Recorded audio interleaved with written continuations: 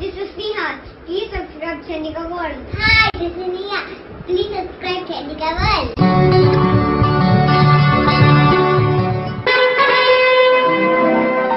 చెప్పనా చెప్పనా చెప్పనా చెప్పనా ఎంతో మంచి మాట.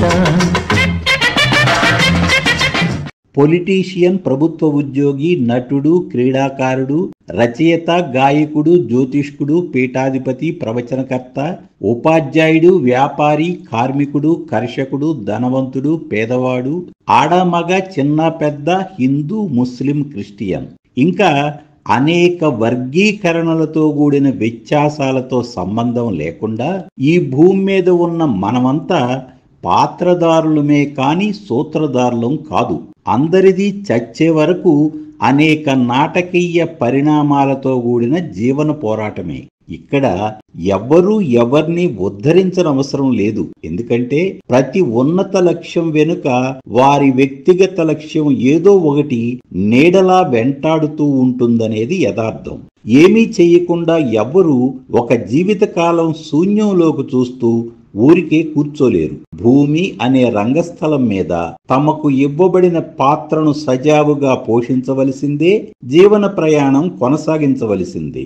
అయితే పాత్రను సవ్యంగా బాధ్యతాయుతంగా పోషిస్తున్నామా అనేది ఎవరికి వారు ఆత్మపరిశీలన చేసుకోవాలి.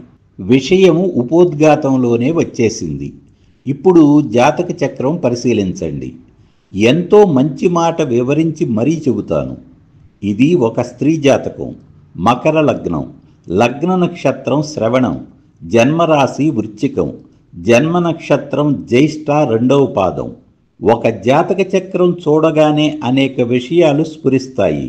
ఎక్కువ గ్రహాలున్న రాశి వృశ్చికం కావున ఈ జాతక చక్రంలో వృశ్చికం బలమైన రాశి అని నిర్ధారించుకోవాలి. వెంటనే అది సహజ రాశి చక్రంలో అష్టమ భావం అని గుర్తుకు రావాలి. లగ్నాదిగా 11వ భావం అంటే లాభస్థానం అని గమనించాలి. మకర లగ్నానికి పంచమ కోణాధిపతిగా, రాజ్య కేంద్రాధిపతిగా అంటే 5-10 స్థానాలకు అధిపతిగా శుక్రుడు యోగకారకుడు. లగ్న ధనాధిపతి శని శుభుడు, షష్ఠ భాగ్యాధిపతి బుధుడు శుభుడు. కుజుడు ప్రబల పాపి, అత్యంత దోషప్రదుడు. విక్రమ వ్యయాధిపతిగా గురువు పాపి, సప్తమాధిపతిగా చంద్రుడు పాపి. రవికి అష్టమాధిపత్యం దోషం కాదుగావున తటస్థుడు. ఈ విషయాలన్నీ మననంలో ఉంచుకోవాలి. ఈ జాతకురాలకి బుధ దశ శేషం, కేతుదశ పూర్తిగా బాల్యంలో పూర్తయి యవ్వన కాలంలో తన 20వ ఏట శుక్రమహర్దశ ప్రారంభమైంది. మీరు సరిగ్గా గమనిస్తే శుక్ర రాహువులు ఇరువురు తొలలో ఉన్నప్పటికీ స్వాతి నక్షత్రం మీద స్థితి నుండి ఉన్నారు. ఇది జన్మ నక్షత్రమైన జ్యేష్ఠ నక్షత్రమునకు నైధన తార అవుతుంది. విపత్తార, ప్రత్యక్తార, నైధన తారల మీద ఉన్న గ్రహదశలు తమ కాలంలో ఆయా అంతర్దశల ఆధిపత్య కారకత్వాల స్థితులు కారణాలను ప్రేరేపించి కొన్ని ప్రతికూలతలకు కారణమవుతాయి. ఇప్పుడు ఒకసారి కుజును పరిశీలించండి. అష్టమ కుజుడు దోషప్రదుడని శాస్త్రవచనం. పైగా స్త్రీకి ఇది సౌభాగ్యస్థానం. మకర లగ్నానికి కుజుడు పాపి. సింహరాశిలో కుజుడు చాలా చాలా బలవంతుడు. తాను స్థితి పొందిన నక్షత్రం మఖ. మఖ అంటేనే పట్టుదల, పరాక్రమం. విలనకు బలం ఎక్కువైతే హాని చేయకుండా ఎలా ఉంటాడు? అంటే అసలే కోతి ఆపై కళ్ళు తాగింది, ఆ తర్వాత నిప్పు తొక్కింది అన్నట్లుగా అగ్నితత్వ గ్రహమైన సహజ పాపి మరియు ఆధిపత్య పాపి అయిన ప్రబల పాపి కుజుడు మరో అగ్నితత్వ రాశి సింహరాశిలో మకా నక్షత్రం మీద, అదియును అష్టమ భావంలో. అంటే తన దశలో అంతర్దశలో ఏవో అవాంఛనీయ సంఘటనలకు కారణమవుతాడు అని నిర్బంధంగా తెలిసిపోతుంది. ఇంకా చాలా విషయం ఉంది. చతుర్థంలో సుఖం ఉంది, సంతోషం ఉంది, ఇల్లు ఉంది, వాహనం ఉంది. ఇంతటి ముఖ్యమైన చతుర్థాధిపతి అష్టమ భావంలో ఉంటే వైవాహిక జీవితంలో రహస్య వేదన ఉండే అవకాశం ఉంది. ఎందుకంటే కళత్రస్థానాధిపతి రహస్య నిగూఢత ఉన్న వృచ్చికములో, అదీనుగాక నీచస్థితి, మరో 3 గ్రహాలతో మరియు లాభస్థానంలో. లాభాధిపతి అష్టమ భావంలో స్థితి నొందటం కూడా వాంఛనీయం కాదు. మరో అంశం ఏమంటే శనికుజుల పరస్పర వీక్షణ. అదీనుగాక శనికుజులు ఇరువురు కుటుంబ సౌభాగ్య స్థానాల నుండి పరస్పర వీక్షణ. లగ్నాధిపతి శని శుభుడైనప్పటికీ పరస్పర వీక్షణ మరలా ఇరువురు కలిసి 11వ భావంలోని గ్రహములను వీక్షించటం వలన, అంటే అక్కడున్న కళత్రాధిపతి చంద్రునిపై వాంఛనీయం కాదని చెప్పాలి. భావచక్రంలో మరియు నవాంశ చక్రంలో కూడా కుజదోషం ఉంది, మీరు గమనించండి. చతుర్థ కేంద్రంలో కేతువు శుభప్రదం కాదనే చెప్పాలి. ఇక్కడ మీకు ఒక విషయం చెప్పాలి. జాతకులు లేదా తత్సంబంధిత కుటుంబ సభ్యులు జ్యోతిష్కుని ఎప్పుడు సంప్రదించటం అనేది కాలస్వరూపుడైన దైవ నిర్ణయం. ఒకవేళ ఈ జాతక సంబంధీకులు గతంలో నన్ను సంప్రదించి ఉంటే గరిష్టంగా, అంటే మ్యాక్సిమం కుజదోషం ఉందని, వైవాహిక జీవితంలో ఇబ్బంది ఉంటుందని మాత్రమే చెప్పి ఉండేవాణ్ణి. అంతేగాని వివాహ విచ్ఛిన్నం, విడాకులు, కోర్టు కేసులు ఈ విధంగా పోస్ట్ మార్టం జ్యోతిష్కుడు చేయకూడదు. నివారణ ఉపాయాలు చెప్పి ఊరుకోవాలి. జ్యోతిష్కుని వాక్కు ఆశీర్వాదం, జాతకురాలికి తల్లిదండ్రుల ఆశీర్వాద బలం, దైవ బలం తోడైతే మంచి జరగటానికి, చెడు తీవ్రత తగ్గటానికి ఖచ్చితంగా అవకాశం ఉంది. నా ఉద్దేశం, జాతకులు జ్యోతిష్కును సంప్రదించిన కాలాన్ని బట్టి విశ్లేషణ మారాలి. ఈ జాతకురాలి తల్లి ఇటీవల నన్ను సంప్రదించారు. తొలి వివాహం భగ్నమైందని, అమ్మాయికి కోర్టు ద్వారా విడాకులు లభించాయని చెప్పారు. అమ్మాయికి పునర్వివాహ యోగం గురించి ఆ మాతృమూర్తి ఆందోళన పడుతూ నన్ను సంప్రదించింది. వివాహం భగ్నమవ్వటానికి లౌకిక విషయం ఆమె నాతో చెప్పినప్పటికీ అది ఇక్కడ చెప్పటం సముచితం కాదు, పైగా మనకు అనవసరం కూడా. జాతకపరమైన కారణాలు ముందుగానే విశదీకరించాను. శుక్రమహర్దశలో, కుజ అంతర్దశలో వివాహం చేశారు. అందువలన వివాహం విచ్ఛిన్నం అవటానికి ఖచ్చితంగా ఆస్కారమున్న తరుణం. అయితే అదంతా గతం. జ్యోతిష్కుడు వర్తమాన కాలం, భవిష్యత్తులకు మాత్రమే ప్రాధాన్యతనివ్వాలి. గడిచిన కాలం తిరిగి రాదు. అందువలన ఇప్పుడేమి చెయ్యాలి అనే కర్తవ్య బోధ మాత్రమే చెయ్యాలి. అదృష్టం ఏమంటే జాతకురాలకి వివాహం అయిన అతి తక్కువ కాలానికే బంధం కాదనుకున్నారు. అంటే అతని ప్రభావం, ప్రమేయం ఈ జాతకురాలి మీద ఏమీ లేదు. ఇంకా సంతాన ప్రమేయం ఏముంటుంది? అందువలన ఇది ప్రతికూల సంఘటన తాలూకు ఒక సానుకూల విషయంగా మీరు కూడా అర్థం చేసుకోవాలి. ఇప్పుడిక ఈ జాతకంలో గల అనేక మంచి విషయాలు చెబుతాను. ముందుగానే చెప్పుకున్నట్లుగా ఈ జాతకురాలికి లాభభావం చాలా బలంగా ఉంది.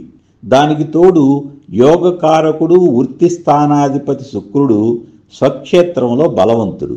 శుక్రరాహువుల కలయిక వృత్తి విషయంలో అనుకూలమే. జాతక చక్రంలో లాభభావానికి అనేక ప్రత్యేకతలున్నాయి. ఈ స్థానమును శాస్త్రమే పలు విధాలుగా వర్గీకరించింది. కేంద్ర కోణ స్థానాలైన 1, 4, 5, 7, 9, 10 స్థానాల పక్కన ధనలాభాలైన 2, 11లను కూడా చేర్చి వీటిని శుభస్థానాలని శాస్త్రం నిర్వచించింది. జీవితంలో ఎదుగుదలకు తోడ్పడే స్థానాలైన 3, 6, 10, 11 ఉపచయ భావ వర్గీకరణలో లాభభావానికి స్థానం ఉంది. వచ్చిన అవకాశాలను వినియోగించుకుని జీవితంలో స్థిరపడి సంతోషంగా జీవించటానికి ఉపకరించే మినిమం గ్యారంటీ భావాలు 2, 5, 8, 11. పణపరాల విభజనలో కూడా లాభస్థానానికి ప్రాతినిధ్యం ఉంది. మరీ మాట్లాడితే పణపరాలు ధనభావంలో ధనభావాధిపతి శని స్థితి, అష్టమ భావంలో లాభాధిపతి కుజస్థితి, లాభభావంలో చతుర్థ గ్రహ కూటమి, వెరసి 6 గ్రహాలు పణపరాలలో ఉన్నాయి. రవికుజుల పరివర్తన కూడా ఆర్థిక విషయాలకు అనుకూలమే. అష్టమ లాభాధిపతులైన రవికుజులు మంచి మిత్రులు. రవికి అష్టమాధిపత్య దోషం లేదు. ధనాధిపతి ధనభావంలో బలవంతుడు. ఏ భావాధిపతి ఆ భావంలో స్వక్షేత్రంలో ఉంటే మంచిది. ధనాధిపతిగా లాభభావంపై దృష్టి ధనలాభాల విషయంలో అనుకూలమే.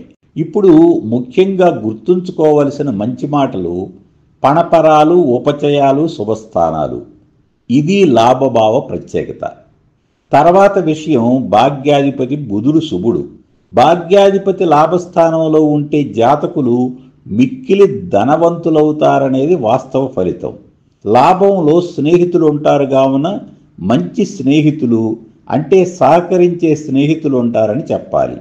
కళత్రాధిపతి లాభస్థానంలో ఉండటం వలన ఆర్థికంగా బలవంతుడైన జీవిత భాగస్వామి లభిస్తాడని చెప్పాలి. చంద్రుని నీచ స్థితి గురించి ఆలోచించనవసరం లేదు.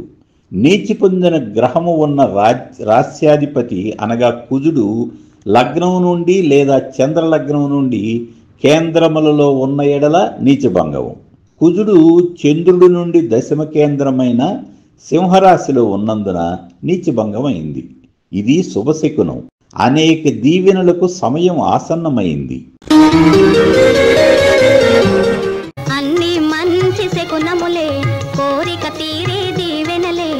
ఇప్పుడు చంద్రలగ్నం నుండి భావాలు పరిశీలిద్దాం. తొలుత ఇక్కడ ఉన్న గ్రహస్థితి పొందిన నక్షత్రాలు పరిశీలిద్దాం. రవిచంద్రులు జన్మతార జ్యేష్ఠ నక్షత్రం మీద, బుధగురులు పరమమిత్రతార అనురాధ నక్షత్రం మీద. ఇవి శుభతారలుగా ఉన్న రవిచంద్ర బుధ గురు దశ అంతర్దశలు యోగించగలవు. ముఖ్యంగా చంద్రుడు నుండి 1, 4, 7, 10 స్థానాలలో గురువు ఉన్న ఎడల గజకేశ్రీ యోగమని శాస్త్రవచనం. చంద్రలగ్నంలో చంద్రగురుల కలయిక.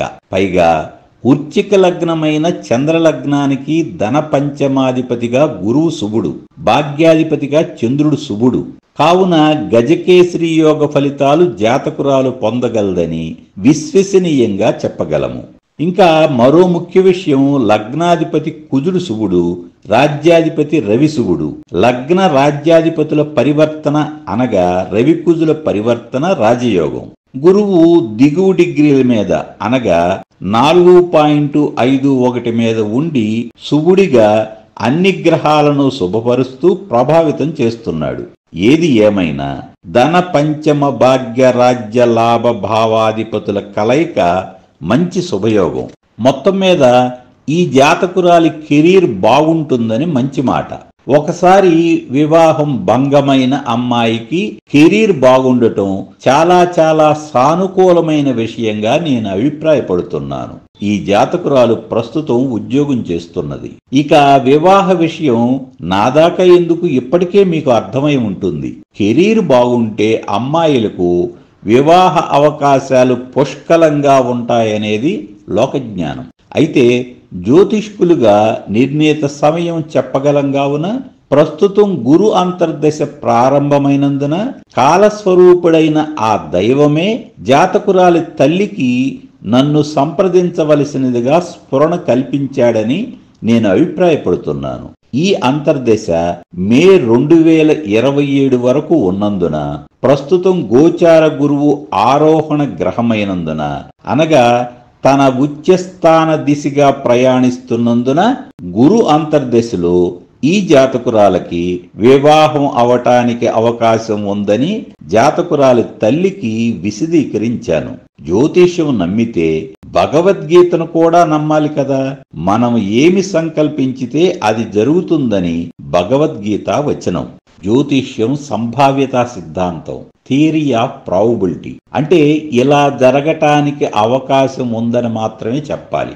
అయితే లగ్నాదిగా వృశ్చికములో 4 గ్రహాలు, ఇది లాభభావం కావటం, ముఖ్యంగా సహజ రాశి చక్రములో అష్టమ భావం కావటం, జాతకురాలు యొక్క జన్మరాశి వృశ్చికం కావటం, ఇలా ఈమె జాతకములో వృశ్చిక రాశి రాశ్యాధిపతి కుజ ప్రభావం బలంగా ఉన్నందున ఈ జాతకురాలి నిర్ణయాలు, అభిప్రాయాలు నిగూఢంగా ఉంటాయి. పైగా స్త్రీ ఎంత గొప్ప చదువులు చదివినా, ఎంత ధైర్యం ఉన్నా సహజ సిద్ధంగా కొంత అభద్రత ఉంటుంది, భయం ఉంటుంది.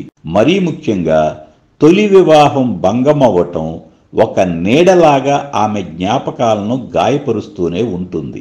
అందువలన ఆమె కోరుకుంటే వివాహం ఖచ్చితంగా అవుతుందని, అయితే ప్రాక్టికల్గా ఆలోచించి ఆ విధంగా ఆ దిశగా ప్రయత్నించాలని నన్ను సంప్రదించిన వారికి హితవు పలికాను.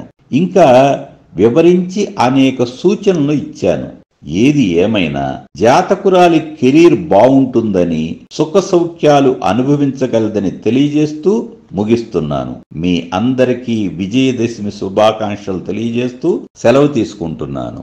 చెప్పనా చెప్పనా చెప్పనా చెప్పనా ఎంతో మంచి మాట.